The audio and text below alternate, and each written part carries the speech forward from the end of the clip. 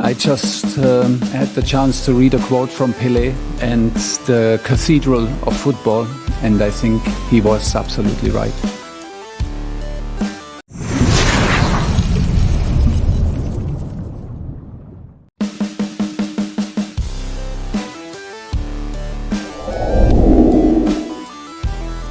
Timnas Malaysia tercampakkan lagi.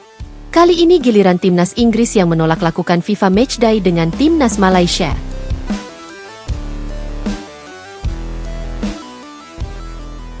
Upaya Federasi Sepak Bola Malaysia, FAM, untuk mengangkat level kompetisi tim nasional kembali mengalami kegagalan.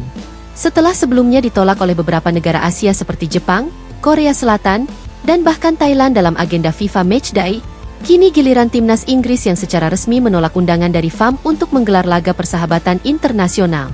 Penolakan dari Timnas Inggris ini menjadi sorotan tajam publik dan media, karena menjadi simbol berulang dari kegagalan diplomasi sepak bola Malaysia di kancah internasional.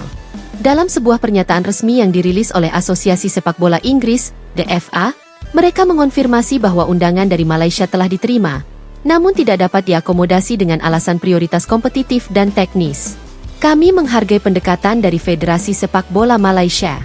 Namun, setelah mempertimbangkan rencana jangka pendek dan tujuan teknis dari pelatih kepala kami memutuskan untuk mengisi jadwal FIFA Matchday dengan laga-laga melawan negara-negara berperingkat lebih tinggi yang dinilai mampu memberikan simulasi ideal menjelang turnamen utama, tulis pernyataan FA Inggris, dikutip dari situs resminya.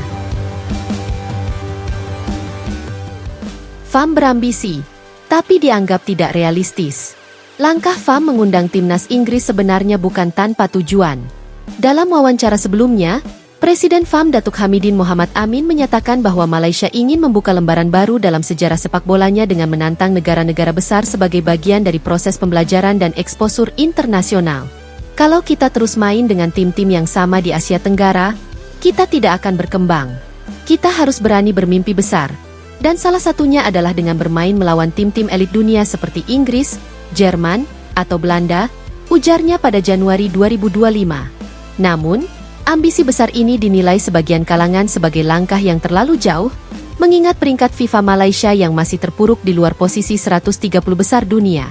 Sebaliknya, Inggris saat ini duduk nyaman di peringkat 5 besar dunia, dan menjadi salah satu kandidat kuat juara Euro 2026 mendatang. Suara pengamat, Malaysia harus realistis. Pengamat sepak bola Asia Tenggara, Muhammad Nazri Kamaruddin, menyebut bahwa FAM perlu bersikap lebih strategis dan membumi dalam menyusun agenda pertandingan internasional. Saya paham semangat untuk berkembang, tapi ada proses yang harus dilalui. Malaysia belum cukup kuat untuk menarik minat negara-negara seperti Inggris. Bahkan Jepang atau Korea pun memilih lawan yang bisa memberikan kompetisi setara. Kita harus mulai dari bawah. Bangun prestasi dulu di ASEAN dan Asia sebelum berharap banyak di level dunia, ujarnya. Nazri juga menyarankan agar FAM lebih memprioritaskan penguatan program usia muda, kompetisi domestik, dan kualitas pelatih sebagai pondasi utama peningkatan sepak bola nasional. Reaksi supporter, campuran antara kecewa dan dukung. Kabar penolakan dari Inggris ini langsung menjadi bahan pembicaraan hangat di media sosial. Tagar FAM To Ambio sempat trending di X, dulu Twitter, Malaysia selama beberapa jam. Banyak warganet yang menilai langkah FAM sebagai hal memalukan dan menunjukkan kurangnya pemahaman akan posisi Malaysia di peta sepak bola dunia saat ini. Namun di sisi lain, ada juga kelompok supporter yang justru mendukung langkah berani FAM sebagai bagian dari visi jangka panjang. Saya rasa FAM berani berpikir besar, dan itu patut diapresiasi. Memang belum waktunya, tapi siapa tahu di masa depan kita bisa benar-benar lawan Inggris kalau proses pembinaan kita benar, tulis akun Harimau Supporters. Alternatif laga dan arah baru untuk FIFA Matchday. Dengan penolakan dari Inggris, FAM kini dihadapkan pada pilihan sulit. Mencari lawan yang sepadan namun tetap memberikan nilai tambah bagi perkembangan timnas. Menurut bocoran yang beredar di media lokal, FAM kini tengah menjajaki kemungkinan mendatangkan tim-tim dari kawasan Afrika seperti Ghana atau Kamerun, serta beberapa negara Amerika Latin yang belum memiliki jadwal padat, seperti Venezuela atau Honduras. Langkah ini dianggap lebih realistis dan tetap memberikan warna kompetisi yang berbeda bagi pemain Malaysia yang selama ini lebih sering menghadapi lawan dari Asia Tenggara.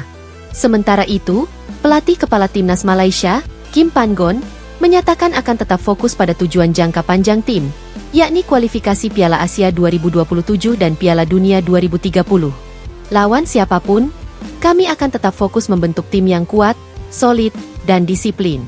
Kegagalan mendapatkan lawan kuat bukan akhir dari segalanya. Kami percaya pada proses, katanya dalam konferensi pers terakhir.